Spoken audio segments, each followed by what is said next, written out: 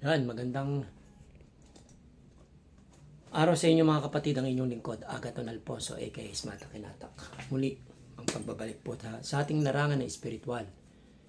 Mga kapatid, bilang isang manggagamot at isang antingero po, mamamahagi po tayo na mga pamamaraan kung paano po malaman kung buhay po yung gamit ninyo. Never nyo na po kailangan magtanong kung kani-kanino po.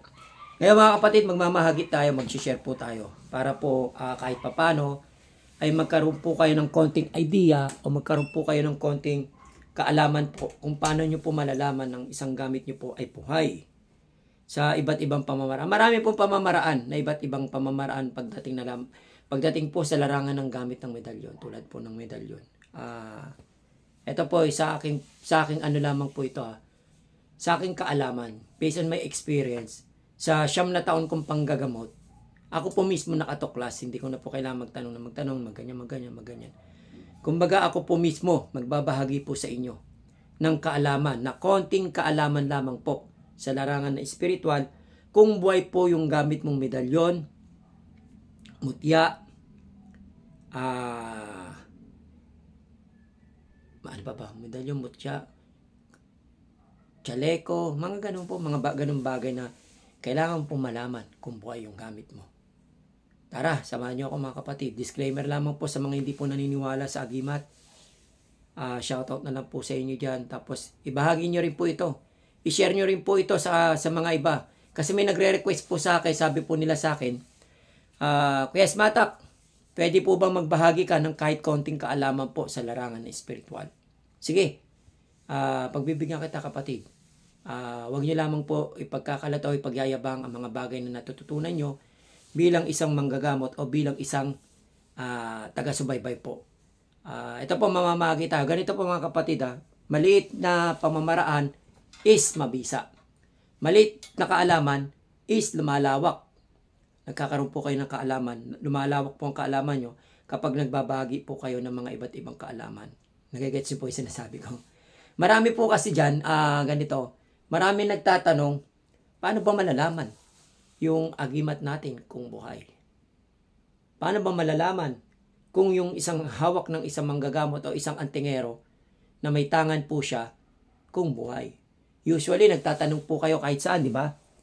Nag-PPM kayo, nagte-text kayo, tapos nakikipag-coordinate kayo sa iba't ibang manggagamot, nakikipag-coordinate kayo sa ibang antingero. Ano nangyayari kapag nakikipag-coordinate kayo? Hindi kayo pinapansin. Hindi kayo kinakausap. Hindi po kayo kakausapin yan dahil hindi po basta-basta namamahagi ng kaalaman sa larangan na espiritual. Meron diyang gagawin ganito, ganyan, ganito, ganyan, ganito, ganyan. Mga kapatid, may mga ganung sitwasyon. Pero usually po, ako, sa panahon ko ngayon, kasi sa mga ginagawa ko ngayon, isa kasi sa mga tinitignan ko pag tinetesting ko yung gamit, sa buhay na manok, sa baril, di ba? Tapos pinababaril ko sa iba. Usually ngayon ang ginagawa ko ganun. Pero lingid sa kaalaman ng iba po, ang para malaman nyo po kung buhay po yung gamit nyo, hindi nyo po, no need ka na magpunta. No need ka na pumunta o magtawag, no need. Huwag ka na magtawag, huwag ka na magtanong.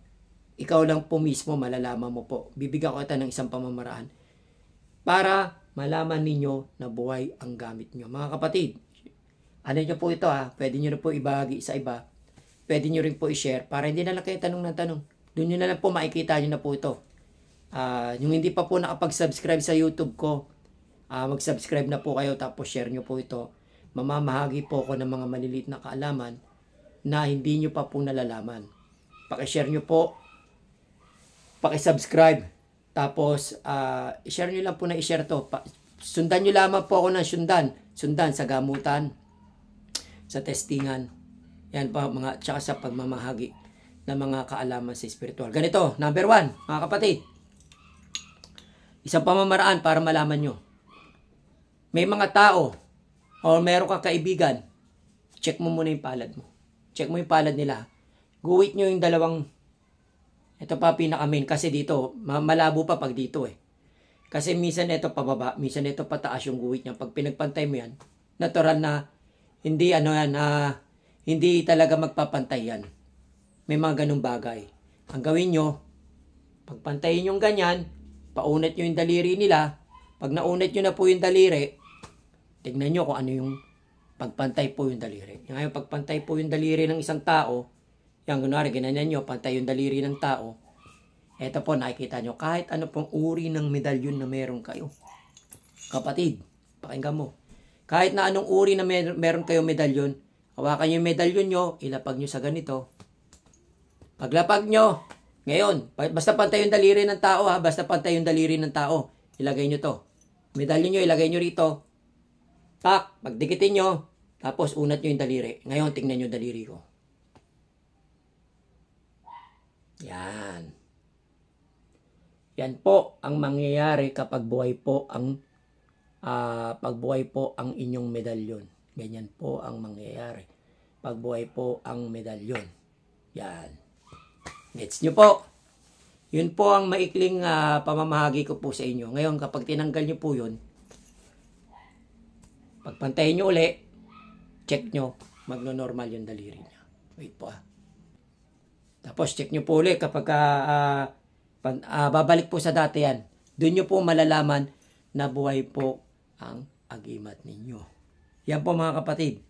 Isa na pong pamamaraan yan na doon nyo po malalaman kung buhay ang agimat nyo. Huwag na po kayo magtanong kasi ang agimat po, simple lang po yan. Kasi iba po mga nagsasalita ng ganyan, wala rin po mga alam yan. Mas maganda po doon kayo magtatanong sa may mga alam na talaga. Yung mismong sila po ang naka-experience at hindi po mismo yung tanong lang po tayo ng tanong. Kasi pag yung mga tao na, ako tulad ko na-experience ko po, ako po mismo ang nag-trace, ako po ang nag-observe, ako po yung naghanap, ako po yung nakakita ko yung mga pamamaraan kung paano po malaman yung buhay na agimat. Mga kapatid, yun lamang po. Share niyo po paano malaman kung buhay ang medalyon. Marami pa rin pamamaraan hindi lamang po yun Pamamaraan ko yun po. Pero sapat na po yun na malaman mo buhay ang agimat mo kapag pinatong mo sa taong normal ang daliri. Hahaba po yan, mga kapatid. Ang inyong lingkod, Smatak Inatak, ang manggagamot po sa kasalukuyan.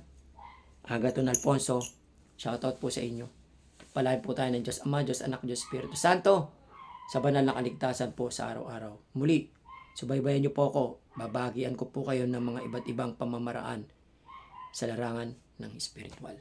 God bless.